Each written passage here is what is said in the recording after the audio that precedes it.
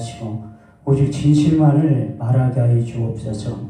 우리가 하나님의 말씀을 받을 때에 사람의 말을 받지 말게 하시고 오직 살아계신 하나님의 언약의 말씀으로 받아서 내 마음의 신비에 새기게 하여 주옵소서. 선포된 말씀에 굴복당하게 하시고 선포된 말씀이 내 삶을 주관케 하시고 이끌고 나가게 하여 주옵소서. 이 시간 주의 성령이 강하게 역사하시고 운행하시고 기름 부어주시고 일하실 절정의 시간이 되게 하여 주옵소서.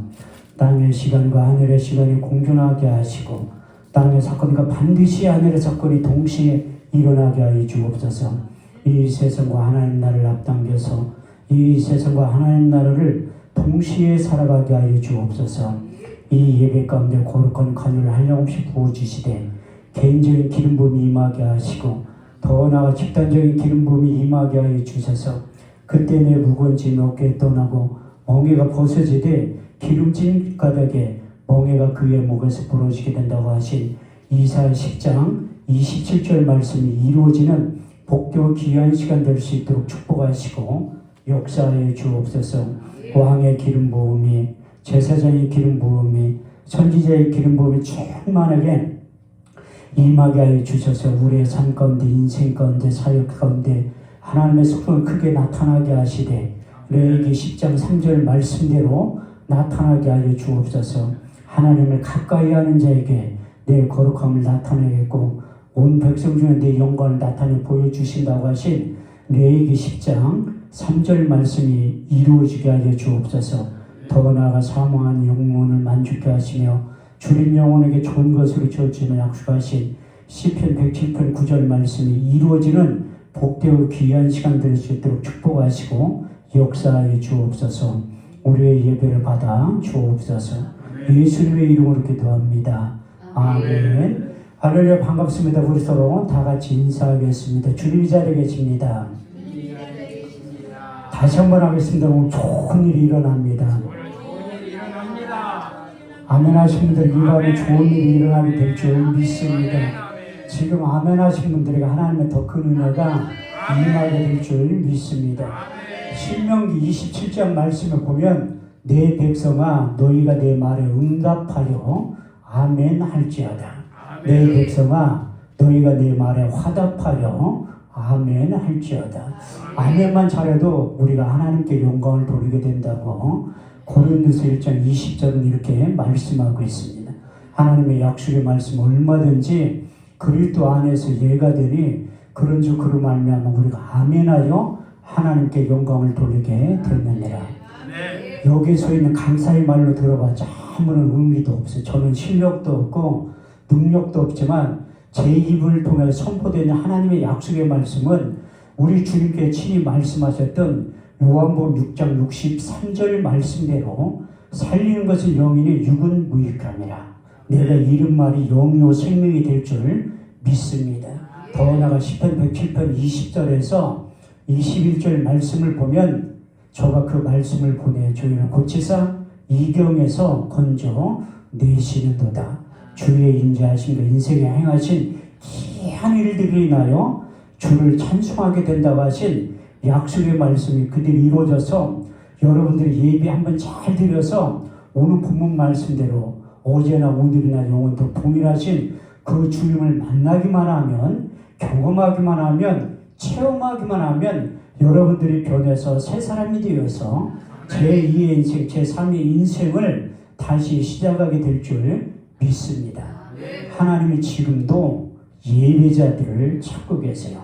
우리 주님께서 사마리아 여인에게 찾아가서 예배의 민주화를 시키면서 아주 이런 유명한 말씀을 하셨는데 요한복음 4장 23절에 24절 말씀을 보면 하나님께 참으로 예배하는 자들은 신령과 진정으로 예배할 때가 오나니 지금이 곧 그때라. 아버지께서는 자기에게 예배하는 자들을 찾으시니라. 하나님은 영이시니 예배하는 자가 신령과 진정으로 예배를 드려야 된다고 말씀하셨고 사도 바울을 통해서 예배의 중요성에 대해서 로마서 12장 1절에 2절 말씀을 통해서 다시 한번 강조하고 있는데 그러므로 형제들아 내가 하나님의 모든 자비하심으로 너희를 권하노니 너희 몸을 하나님이 기뻐하시는 거룩한 산제사를 드려라. 이는 너희 드릴 영적 예배니라. 너희는 이 세대를 본받지 말고 오직 마음을 새롭게 함으로 변화를 받아 하나님의 선하시고 기뻐하시고 온전하신 뜻이 어디에 있는지 밝게 깨달아 알 수 있는 신앙의 안목을 예배를 통해 살짝 열어주신다고 약속하고 있습니다. 예배라는 단어가 처음 어디에 등장하냐면 창세기 22장에서 하나님의 아브라함을 부르시고 독자 이색을 번제로 드리라고 할 때 그때 히브리 원문에 보면 샤라는 말이 등장하는데 그것이 예배의 출발이라고 성경은 말씀하고 있습니다.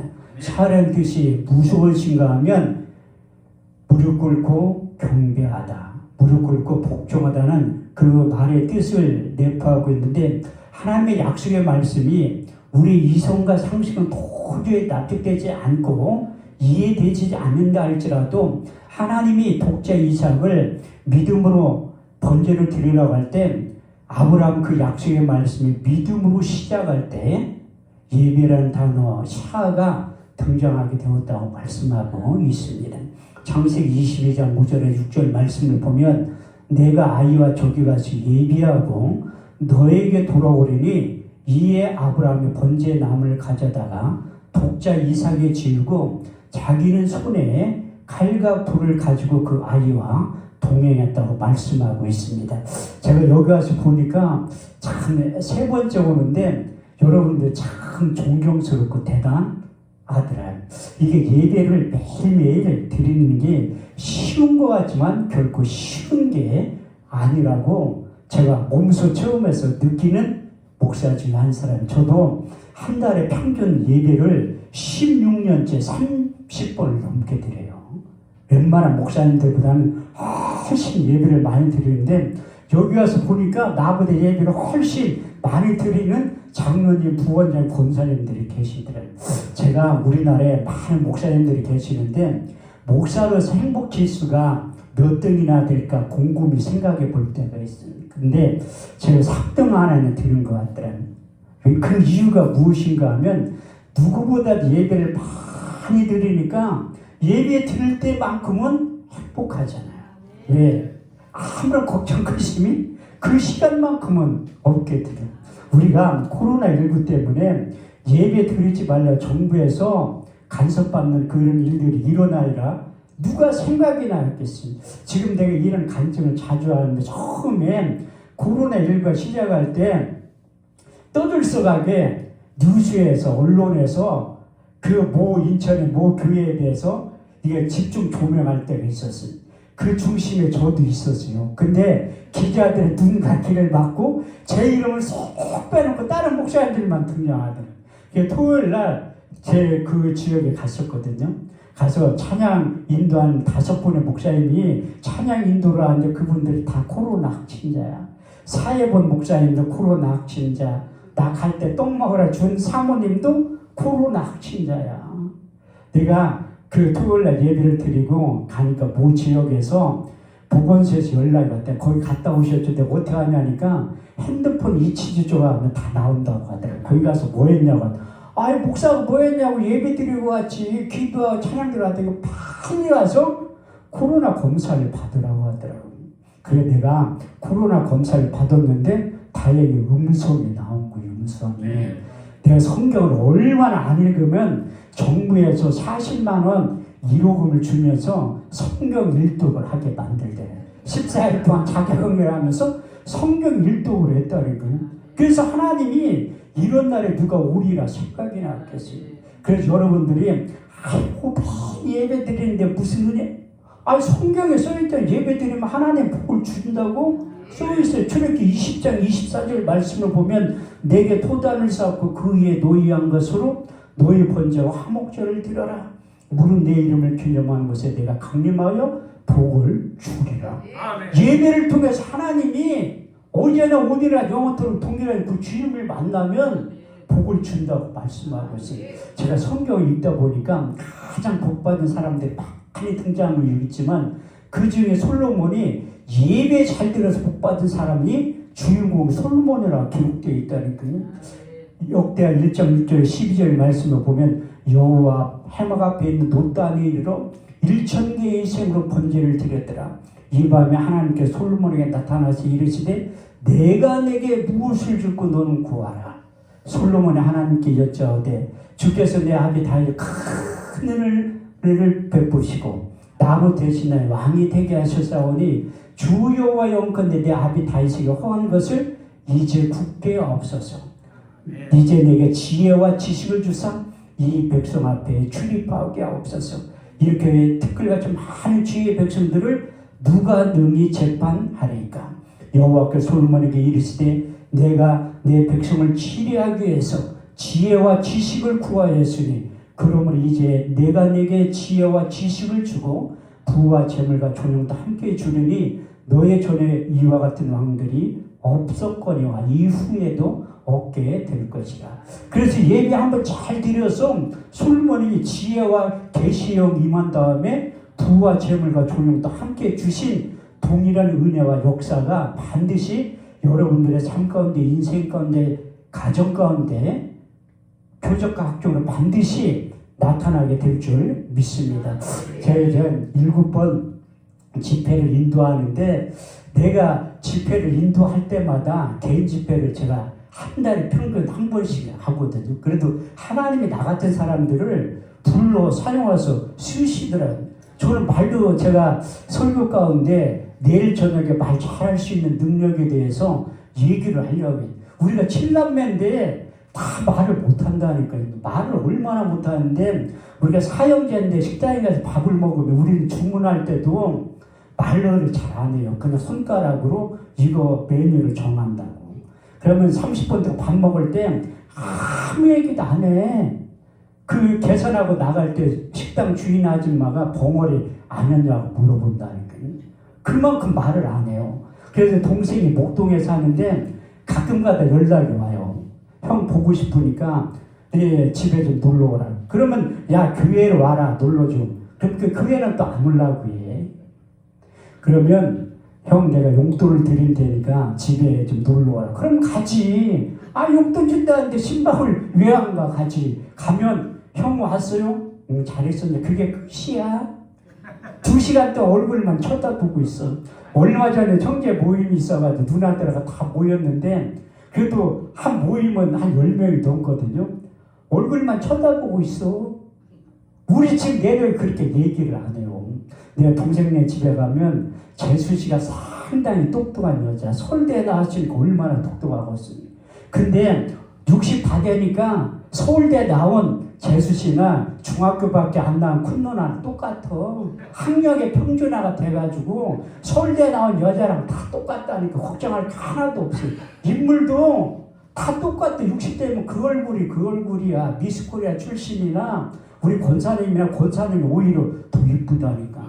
왜냐하면 매일 들으면 하나님의 속성이 나타나는 거예요. 그래서 이거 하나님의 놀라운 역사가 일반 사람들은 모르는데 영의 사람, 하나님의 사람은 저분이 진짜인지 가짜인지 금방 구별이 되고 아는데 그래서 내가 집회를 할 때마다 내가 만난 예수님에 대해서 자랑하러 다니는 거예요. 그러니까 하나님이 나를 그만큼 쓰시더라고요. 제가 언제 처음으로 교회 갔냐면 고등학교 2학년 때 간 거예요.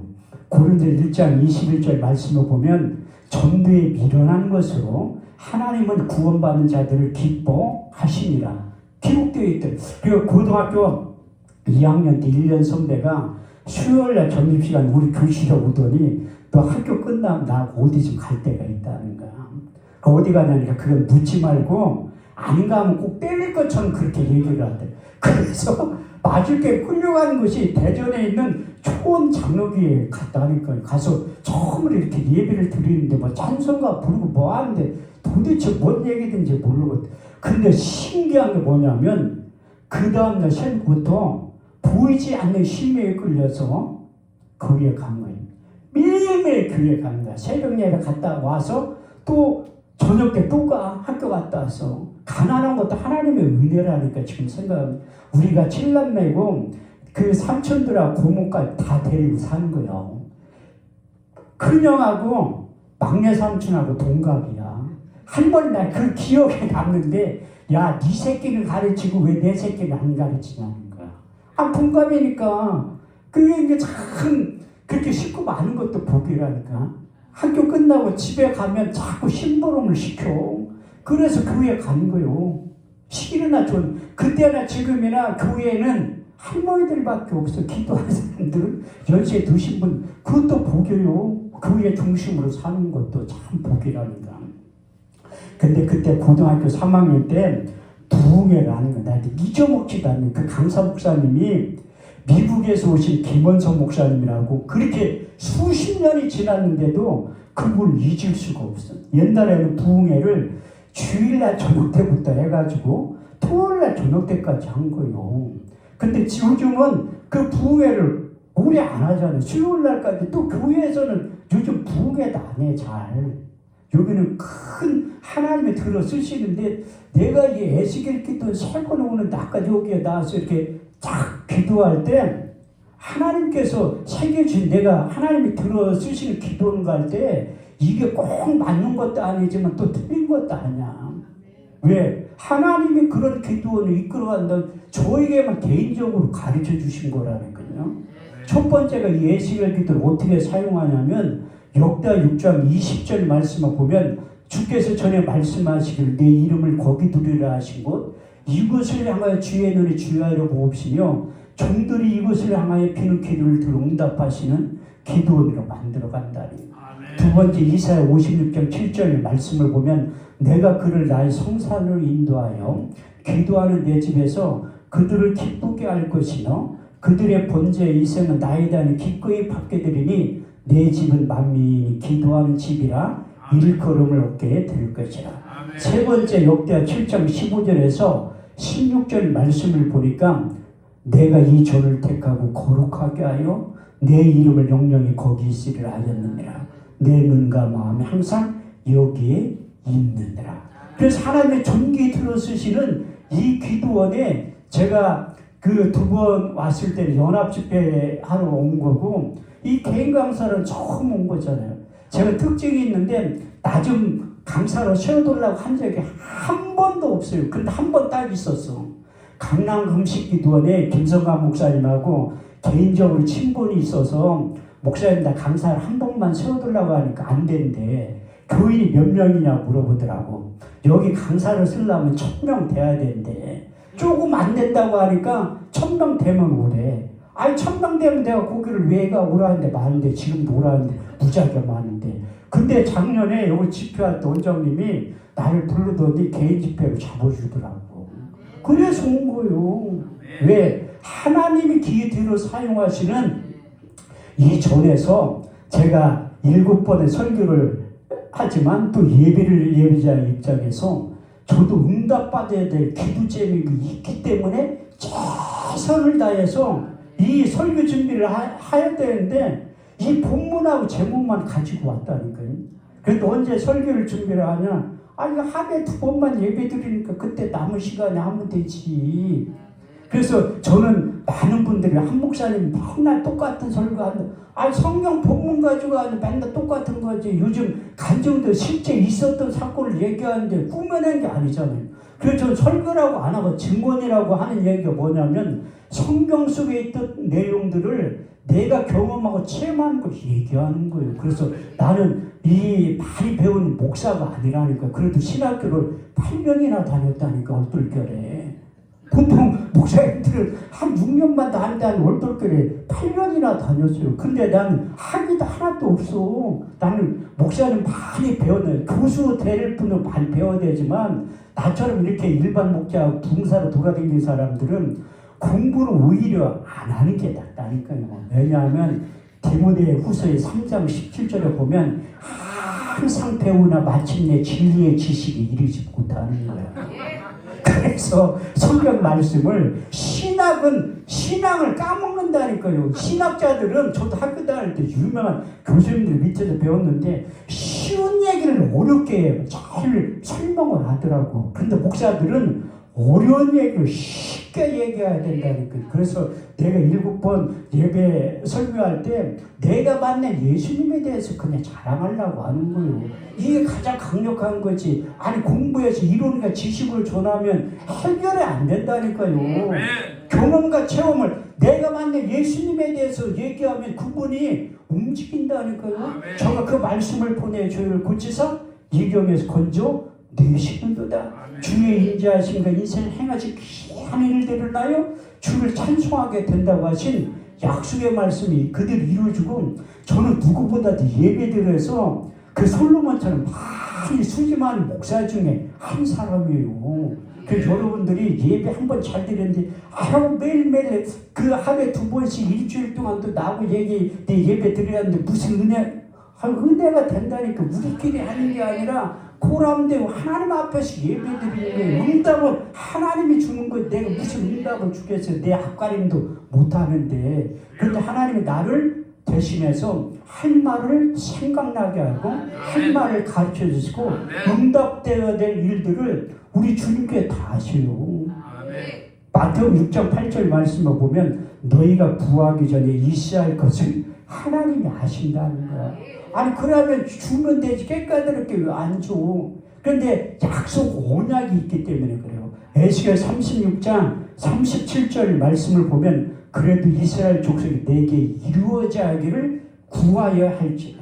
그래서 예배 가운데 잘 예배 드린다면 구하면 하나님이 오래 보고 있다가 필요한 걸 다 허락해 준다는 거예요. 그래서 저도 응답을 받아야 되지만 여러분도 응답을 받아야 될 이유가 있어요. 왜? 우리가 인생을 살아가다 보면 앞에는 홍해가 가로막혀 있고 뒤에는 애굽의 군대가 따라오는 내 힘과 능력으로 도저히 감당하지 못할 때 하나님께서 우리에게 이렇게 말씀하십니다. 출애굽기 14장 13절에 14절 말씀을 보면 모세가 백성에 구하여 이르기를 너희는 두려워하지 말고 가만히 있어서 오늘날 너희를 위하여 행하시는 여호와의 구원을 보라. 너희가 오늘 본 애굽 사람을 영원히 보지 아니하리니 여호와께 너희를 위하여 싸우시리니 너희는 가만히 있을지어다.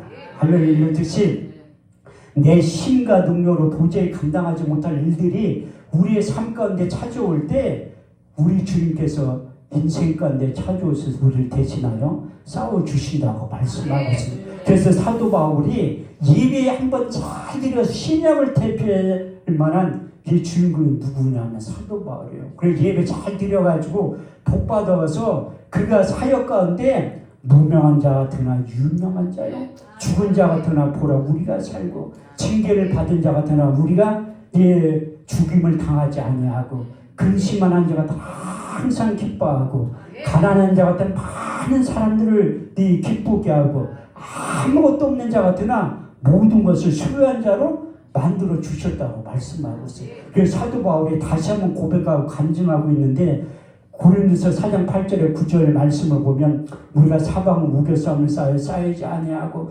답답한 일을 당하여 낙심하지 아니하고 핍박을 받아도 버림받지 아니하고 거꾸로 됨을 당하여도 망하지 않게 되는 이유가 바로 거기에 있다는 거예요.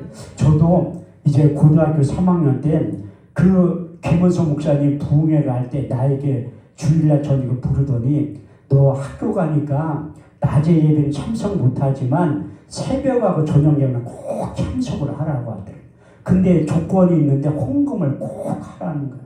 난 그때 느낀 거예요. 야, 역시 미국에서는 목사님이랑 틀리구나. 학생이 무슨 돈이 있다 나한테 삐우를 뜯어가려고 하나. 그렇게 생각을 했다니까.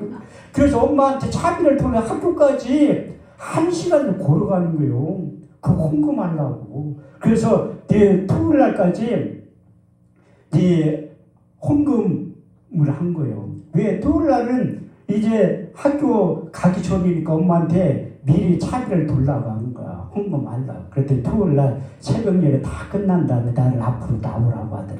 그래서 안수기도를 해주면서 너는 앞으로 목사가 될 것이고 훌륭한 부흥사가 될 것이다. 그런 기도를 해주더래. 난 하나도 안 믿었어요. 왜 안 믿었냐면 담임 목사님하고 짜고 내가 학교를 서울로 도망갈 갭이 나를 대전에 주지 않으려고 강사하고 짜고서 저런 얘기를 하는구나. 그렇게 생각을 했는데 그 말씀이 고린도 10장 5절에 보면 생각을 사로잡아 그리스도께 복종시키고 그 말씀이 떠나. 너 앞으로 네가 목사가 된다는 거예요. 떠나지 않아. 제가 86년도에 군대 갔다 와서 신학교에 입학을 한 거예요. 그래가지고 목사가 바로 됐으면 저도 목회를 오래 했지. 우리 신학교 1년 선배 중에 유명한 윤모 목사님이 계세요. 화강교회에. 그 목사님 1년 선배라니까. 그런데 그 목사님처럼 일찍 시작했으면 저도 목회를 오래 했는데, 제가 13년 전에 오살기도 간 그 총무 목사님이 그 신학교 다닐 때 학생처장 했던 분이거든요. 그러면서 나를 불러더니, 얘기라, 너 윤 목사처럼 교세가 많이 부흥됐냐고 물어보더라. 난 목회 시작한 지 얼마 안 됐다고 했지. 그때 우리 신학교 졸업할 때는 목사 안수를 바로 1년 만에 줬다니까요. 근데 내가 목회를 안 한 거예요.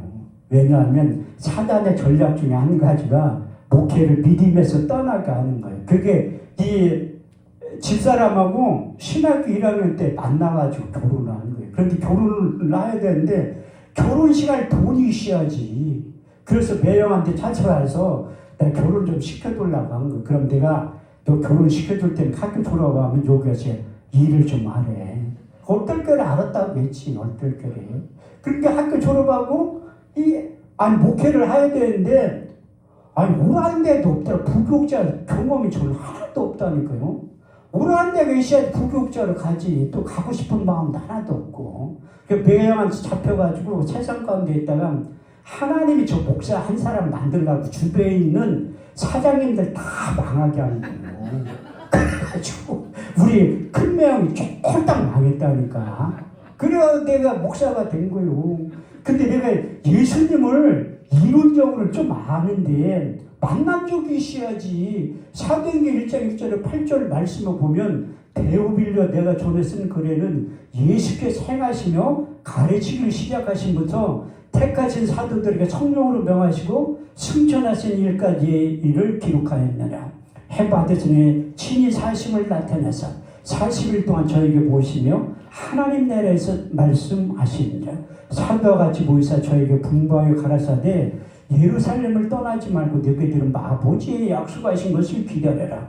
요한은 물로 세례를 베풀었으나 너희는 몇 날에 못되어 성령으로 세례를 받게 될 것이라. 저희가 모였을 때 예수께 여자 가로되 주께서 이스라엘 나라를 회복하신 이때니까 하니, 예수께서 이르시되 때와 기한은 아버지의 자기의 고난에 두었으니 너희 알 바 아니요 오직 성령이 너희에게 임하시면 너희가 권능을 받고 예루살렘과 온 유대와 사마리아 땅 끝까지 이르러 내 증인이 될 것이라. 그 증인이 나는 이증하면서 목회를 못할 것 같더라. 안 돼. 예수님을 만난 적이 없는데 무슨 증인이야. 이증이지. 그래가지고 내가 성서 속의 현장 연수를 갔다 온 거예요. 남들은 성지순례라고 하는, 나는 구급단을 좀 써가지고 성서 속의 현장 연수를 갔다 왔다니. 딸내미를 데리고 그 빌라도 법정에서 비아돌로로서 고난을 십자가의 길을 가기 전에 가이드 전도사님 기도하고 싶은 사람 있으면 손 들어보라고. 내가 손을 번쩍 들으니까 딸내미가 내 옆구리를 탁 치면서 아빠 창피하게 다른 목사님들이 기도하게 냅두지 뭘 아빠가 기도를 하려고 하냐고. 그렇게 나 꼭 기도를 해보고 싶더라고. 왜? 내가 성서와 현장 연수를 가는 예수님 만나러 간 거라니까요. 내가 이론적으로는 예수님의 조금 알지만 직접 만난 적이, 목회를 하긴 해야 되는데 만난 적이 없잖아요. 이중하면서 목회를 못할 것 같아가지고 성서 현장 연수를 가서 빌라도 법정에서 그 골고다 언덕까지 가기 전에 기도해보고 싶은 사람이 있으면 손 들어보라. 그러다 손 번쩍 들고 이 말씀을 묵상하기 시작하는 거예요. 이사야 53장 1절에 6절. 우리의 전한 것을 누가 믿었느냐. 여호와의 번열이 네게 나타나느뇨. 그는 주 앞에서 자라나기를 연한 순 같고 마른 땅에 나온 줄기 같아서 곤 모양도 없고 풍채도 없은즉 우리 보기에 흠모할 만한 아름다운 것이 없도다. 그는 멸시를 받아서 사람에게 실어버린 바도 없으며 간구를 많이 겪었으며 질고를 아는 자라. 마치 얼굴을 가리우고 사람을 바라보지 않음을 받는 자 같아서 멸시를 당하였고 우리도 그를 여기지 아니하였도다. 그는 실로 우리의 질고를 지고 우리의 슬픔을 당하였거늘 우리는 생각하기를 그는 징벌을 받아서 하나님께 맞으며 고난을 당한다 하였노라. 그 찔림은 우리의 허물을 인하며 그가 상함은 우리의 죄악을 인함이라. 그가 징계를 받음으로 우리가 평안을 누리고 그가 채찍에 맞음으로 우리가 나음을 입었도다. 우리는 다 양같아서 그를 행하여 각기 제 길로 갔거늘 여호와께서 우리의 무리의 죄악을 그에게 담당시키셨도다. 이 말씀을 묵상하니까 많은 목사님들 울더라고. 여기는 우는 분 한 분도 없잖아. 그만큼 환경도 중요한 거예요. 기도하고 나서 거기에서 10박 11일 동안 이집트, 요르단, 이스라엘 다 했는데 뭐 남들은 뭐 있다고 하는데 하나도 안 믿어지더라고. 그래서 왔는데 내가 그 양평 기도를 딱 가서 보니까 여기 써 있더라고요. 잠언 8장 17절 말씀이 나를 사랑하는 자는 나의 사랑을 입으며 나를 간절히 찾는 자가 나를 만나게 될 것이다. 아, 내가 예수님을 간절히 찾으면 만나 주신다고 써 있잖아요. 내가 깜짝 놀랐다니까. 그 말씀을 붙잡고서 이제 기도처를 찾는데 우리 빌라 2층 사는 권사님이 저를 위해서 예비해 놓으신 기도처가 있더래. 저 분당에 15년 살았는데 율동공원에서 태적극에 넘어가면 지금도 힘들고 어려울 때 그 기도처를 내가 가봐요. 첨성대처럼 약 20명이 들어가서 그 나라 민족을 위해서 구국재단을 만들어놨어. 가서 딱 보니까 20명 정도가 있어 기도하는데 2달 만에 하나님 다 교통정리를 한 거예요. 나 한 사람 목사 만들라고. 그래서 매일매일 찾아간 거. 실업자가 뭘 할 일이 있어. 목회는 하긴 해야 되는데 예수님은 못 만나고 왔는데 이제 예수님 만날 때까지 매일 출근을 하는 거야. 집사람이 실업자가 맨날 어디 가니.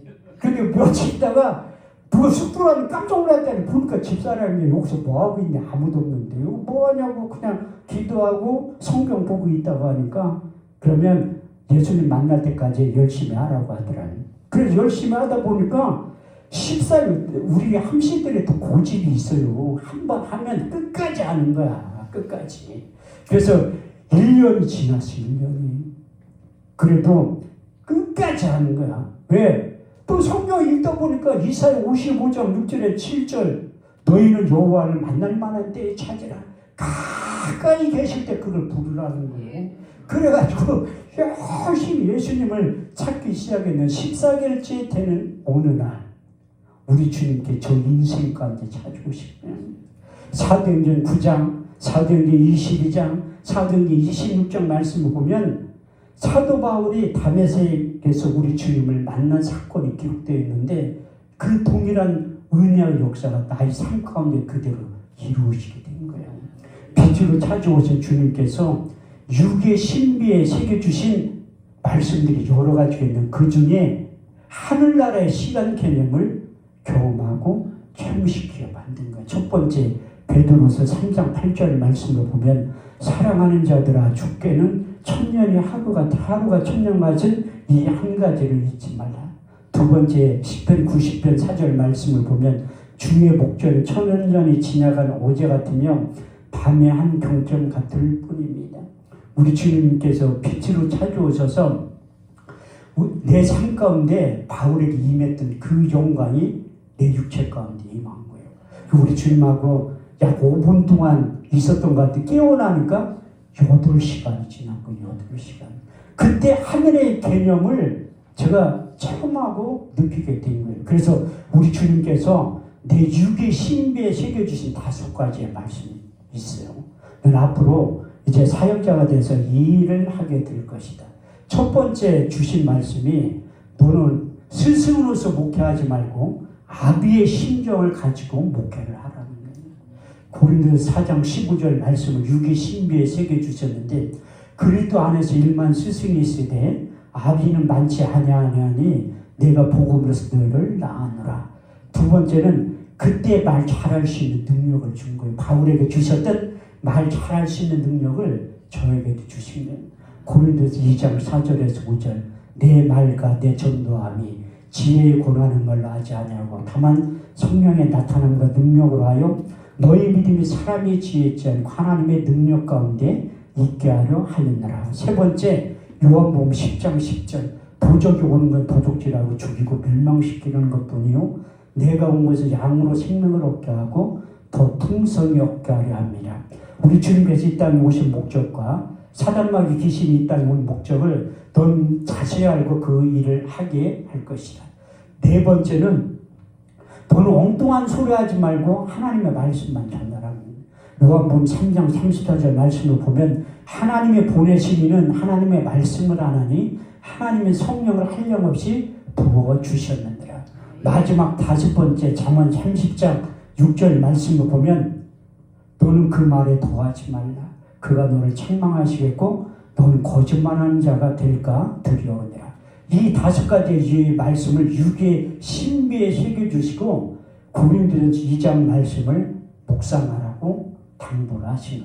그래서 제가 고린도전서 2장 말씀을 묵상하기 시작했는데 형제들아 내가 너희 가운데 나아가 하나님의 증거를 전할 때에 말같이 아름다운 것을 하지 않았느니 내가 예수 그리스도와 그의 십자가에 죽으신 것 외에는 아무것도 알지 아니하기로 작정하였습니다. 내가 너희 가운데 거할 때 약하며 두려워하며 심히 떨었노라. 내 말과 내 전도함이 지혜의 권한을 하지 아니하고 다만 성령의 나타남과 능력으로 하여 너희 믿음이 사람의 지혜지 않고 하나님의 능력 가운데 있게 하였노라. 우리가 온전한 자들 위해서 이 지혜를 말하느니 이 지혜는 이 세상의 관원들의 지혜가 아니요 이 세상에 없어질 것이라 아니요 오직 비밀한 가운데 있는 감추었던 것인데 하나님의 우리의 영광을 위해서 만세전에 미리 정하신 것이라. 이 지혜는 이 세대의 관을 하나도 알지 못하였나니 만일 알았더라면 영광의 주를 십자가에 못 박지 아니하였으리라. 기록된 바 하나님 자기를 사랑하는 자를 위하여 예비하신 모든 것을 눈으로 보지 못하며 귀로 듣지 못하며 또 마음으로 듣지 못하였느니라. 오직 성령으로 이것을 우리에게 보이셨으니 성령은 모든 것 곧 하나님의 깊은 것이라도 통달하시느니라. 사람의 사정을 사람 속에 있는 영 외에는 누가 알리요. 이와 같이 하나님의 사정도 하나님의 영 외에는 아무도 알지 못하느니라. 우리가 세상의 영을 받지 아니하고 아버지께로부터 온 영을 받았으니 이는 우리라 하나님께서 은혜로 주신 것들을 알게 하려 하시느니라. 우리가 이것을 말하거니와 세상의 가르친 말로 하지 아니하고 오직 빛난 가운데 있는 하나님의 가르친 것을 하니 신령한 것은 신령한 것으로 분별하느니라. 육에 속한 사람은 하나님의 성령의 일을 받지 아니하나니 저에게 미련하게 보이며 깨닫지도 못하나니 이런 일은 영적으로야 분별하느니라. 누가 주의 마음을 알아서 주를 가르치겠느냐. 그러나 우리가 주의 마음을 가졌느니라. 할렐루야. 이렇듯이 사도 바울이 주의 마음을 주의 심장을 가지고 사역하였듯이 저에게도 우리 주님의 마음을 가지고 사역하라고 당부하셔서 지금까지 21년째 사역을 하고 있는데 그래도 내가 나름대로 우리 주님을 이제 목격한 다음에 나름대로 인물되지 실력되지 능력되지 하나님 반드시 나를 개척지를 청담동이나 압구정동에 그 교회를 개척시켜 주실 줄 알았는데 웬걸 제가 분당에 15년 살았는데 지금의 태평사동 그렇게 못 사는 동네가 있는지 조차도 몰랐는데 하나님이 거기에 교회를 개척시켜 주시면서 또 한 가지 말씀을 체험시킨 거예요.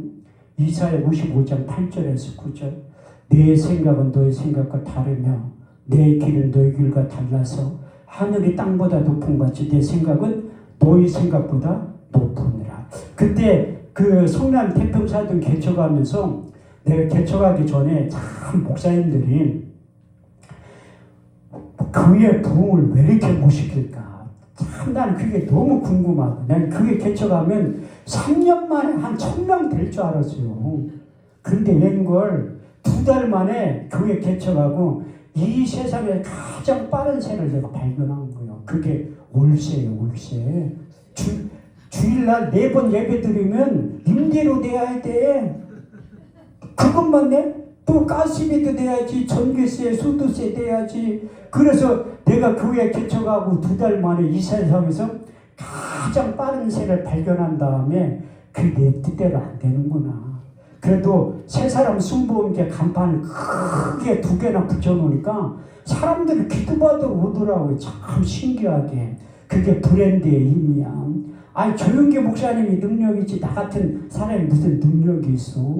지금은 실비보험이 하나님이에요. 실비보험 들은 사람들은 아이고 안 와. 기도받으러 병원에서 못 고친다고 하면 그때 오지. 실비보험 때문에 그 하나님 능력 위에 올라갈 수 있다니까요.